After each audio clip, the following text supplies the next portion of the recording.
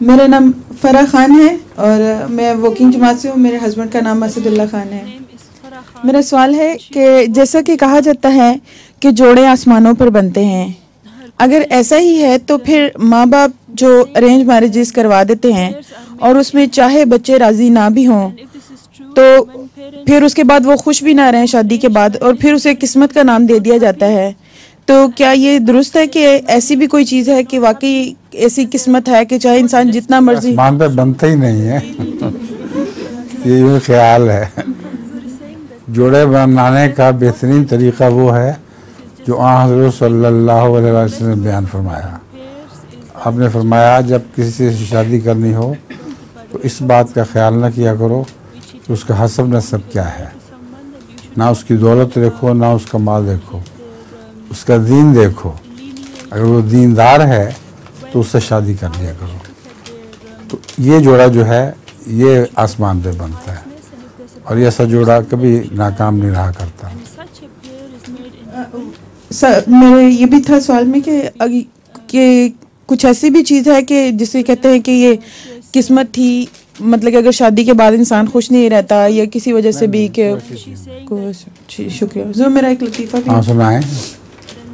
एक स्टूडेंट होता है, क्लास चल रही होती है और वो अपने टीचर से पूछता है कि मेरे पास एक वर्ड है, मुझे उसका मतलब नहीं समझ में आता, मैं काफ़ी दिन से पूछ रहा हूँ, मुझे इसका मतलब बताएं। तो उसका टीचर पूछता है मुझे बताओ क्या है वो वर्ड। वो कहता है नटूरे। नटूरे नटूरे कहता है वर्ड को। उसका टीचर उस वक्त तो चुप नटूरे। अच्छा नटूरे। हाँ जी। वो फिर उसके बाद वो चला जाता है।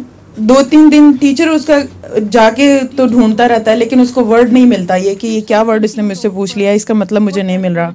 हर रोज उसको आके नया बहाना करता है। तो 3-4 दिन के बाद तंग आके उससे वो स्पेलिंग पूछता है कि उसके स्पेलिंग क्या है। तो वो कहता है NATURE। वो नेचर को नटूरे पढ़ा होता है। उसका टीचर सर पकड़ के बैठ जाता है कि मैं खप गया हूँ इसको ढूंढने के लिए, तो तुम नेचर को नटूरे पढ़ा। वो कहता है सर ये मेरे फटूरे का सवाल था। वो फ्यूचर को भी फटूरे बोलता फिर।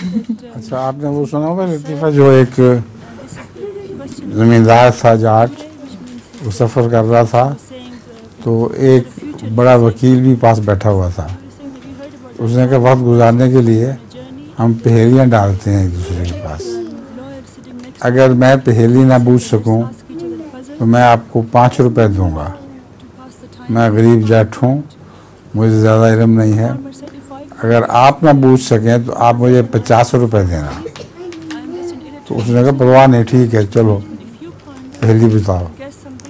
तो उसने पहेली ये बताई कि एक जानवर है, वो जब उड़ता है तो उसके जो दोनों पाँव हैं वो पर बन जाते हैं और पीछे दुम उगाती है खुद ब खुद, और जब वो ज़मीन पर बैठता है तो दोनों पाँव वापस आ जाती हैं और दुम गायब हो जाती है। वो जानवर कौन सा है बताओ मुझे। वकील साहब ने बड़ा गौर किया, उन्होंने कहा मुझे तो कुछ समझ नहीं आई। उन्होंने कहा अच्छा 50 रुपये निकालें। 50 रुपये ले लिए। वकील ने कहा अब तुम बताओ क्या कौन सा जानवर है। उसने मुझे आप नहीं आता, ये 5 रुपये वापस अपने 5 रुपये ले लें। अच्छा जी आगे सुना।